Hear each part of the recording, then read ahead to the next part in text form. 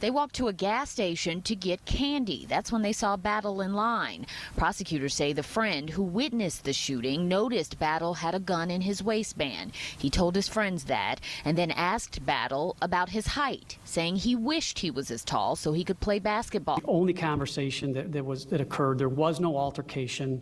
There was nothing that would have set off Battle to be angry at these kids. They literally, he's about 6'3", 6'4", and they literally just asked him how tall he was because he is extremely tall. I know it doesn't make any sense, and so just imagine how the parents feel.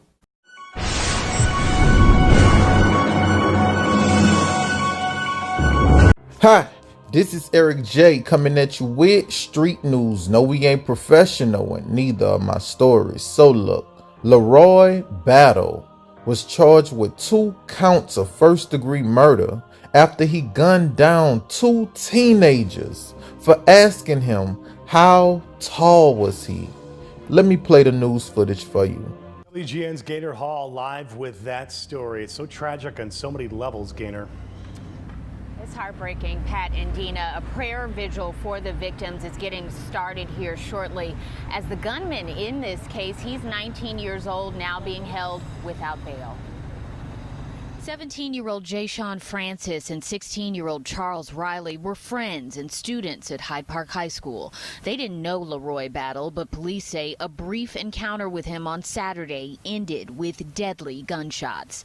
Francis and Riley were with another friend after a trip to the mall. They walked to a gas station to get candy. That's when they saw Battle in line. Prosecutors say the friend who witnessed the shooting noticed Battle had a gun in his waistband. He told his friends that and then asked Battle about his height, saying he wished he was as tall so he could play basketball.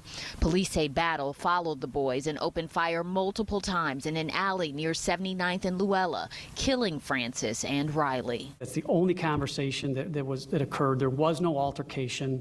There was nothing that would have set off Battle to be angry at these kids. They literally, he's about 6'3", 6'4", and they literally just asked him how tall he was because he is extremely tall. I know it doesn't make any sense, and so just imagine how the parents feel. Police released surveillance footage of the gunman, who was wearing a dark hoodie, whitewashed jeans, and only one shoe, and prosecutors say he walked with a noticeable limp. He dumped the gun in a garbage can, and surveillance video showed that he returned the next day wearing the same clothes, presumably looking for the gun, but investigators already had it. Police say Battle was arrested hiding out at a hotel in Schiller Park, and he had gotten a haircut. He is now charged with 2 counts of first-degree murder and was already on probation for aggravated unlawful use of a weapon. Prosecutors say Battle was identified because of numerous tips from the community. 2 Chicago police officers also identified him, and police are saying tonight that he did admit that it was him on that surveillance video. He's due back in court on July 15th. Listen, shout out to that community. Shout out to that community for coming together and getting Laroy off the streets. Because we don't need people like that walking around in our neighborhoods. How can you raise a family around people like this? The 2 kids asked him how tall was he. They didn't disrespect him. One of the kids even told him they wish they was tall like him. Because if they had his height, they'll be the best basketball player in the world. Listen, y'all, after seeing and hearing something like this, what do you tell your children? Look, when you go in the store, don't compliment nobody. Don't tell them you like their height. Don't tell them you like their shoes. Don't say nothing to them. Just go in that store, get what you gonna get, and come on out of there. People don't see value when they look at each other anymore. Because if they did, there's no way this could have happened. Look at what happened in Atlanta with Rayshard Brooks.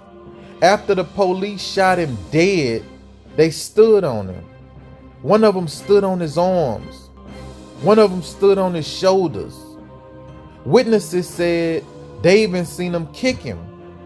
After he was dead, he's no longer a threat to anyone.